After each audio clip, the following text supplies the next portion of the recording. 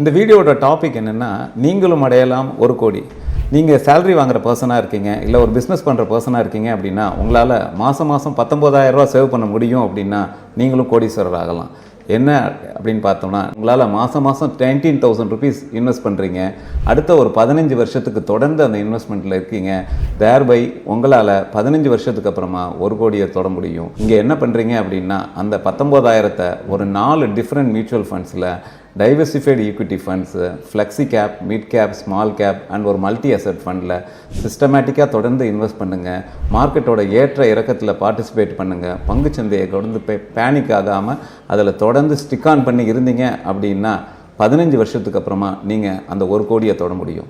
ஆனால் 19,000 ரூபாங்கிறது உங்களுக்கு பெரிய அமௌண்ட்டாக இருக்குது அப்படின்னா, அதுக்கு ஆல்டர்னேட்டிவாக இன்னொரு ஐடியா சொல்கிறேன். உங்களால் மாதம் 11,000 ரூபா இன்வெஸ்ட் பண்ண முடியும்.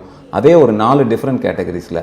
ஆனால் நீங்கள் வருஷம் 10% ஸ்டெப் அப் பண்ணணும். அதாவது ஃபஸ்ட்டு வருஷம் 11,000 ரூபா, அதுக்கு அடுத்த வருஷம் 12,500 ரூபா, அப்படி ஸ்டெப் அப் பண்ணிகிட்டே போனீங்க அப்படின்னா அடுத்த 15 வருஷத்தில் உங்களோட கார்பஸ் 1 crore rupees.